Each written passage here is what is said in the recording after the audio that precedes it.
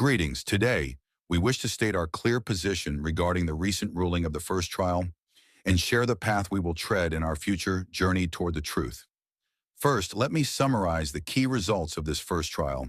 The detention that the opposing side so intensely aimed for in order to shake us has been thwarted. Even more importantly, we have received a verdict of no suspicion or innocence regarding a staggering 96% of the initially alleged amount. We believe this is clear evidence that the hidden truth is being revealed and is a testament to God's work. Let me show you this remarkable process at a glance. The allegations, which began with a massive sum of 14 billion Korean won at the time of the initial complaint, have been drastically reduced through the police investigation, the prosecution's indictment, and this first trial judgment. From 14 billion Korean won down to 520 million Korean won in the first trial. Whenever the door to truth opened, the charges melted away like snow. Let's look at it stage by stage. The first victory was during the police investigation. Of the initial 14 billion Korean won, half, 7 billion Korean won, was cleared as no suspicion during the primary investigation. It was revealed from the start that half of their outrageous claims were false. The second victory came during the prosecution stage. Out of the 7 billion Korean won transferred by the police, an additional 6.27 billion Korean won was cleared. Consequently, the indicted amount was reduced to 830 million Korean won, bringing us one step closer to the truth. And now the third victory, this first trial. Even regarding the 830 million Korean won indicted by the prosecution, an additional 310 million Korean won was declared innocent during the trial.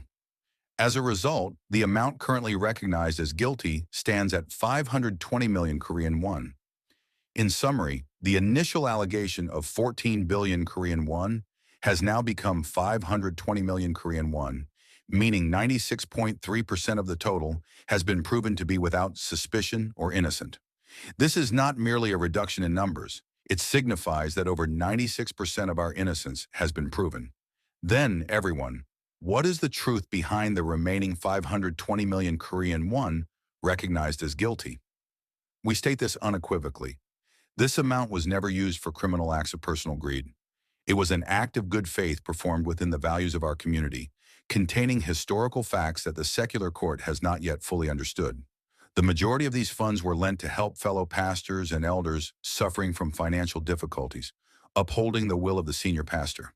In other words, it was not embezzlement, but the relief and lending of a good Samaritan to protect the community. However, regrettably, the secular court did not acknowledge the senior pastor's specific instruction to keep it in the fund at that time as a historical fact. Because this background fact of an investment instruction was not accepted, the act of lending to the pastors was consequently deemed a crime. This was a limitation of legal judgment. Although the secular court may not have accepted this within the bounds of common sense, this is a clear promise and an undeniable historical fact between the senior pastor and Pastor Lee. This is precisely the hidden truth. Nevertheless, the court did mention one crucial fact during the ruling. There was no actual damage caused to the church by this act. Respected congregation members, our journey does not end here.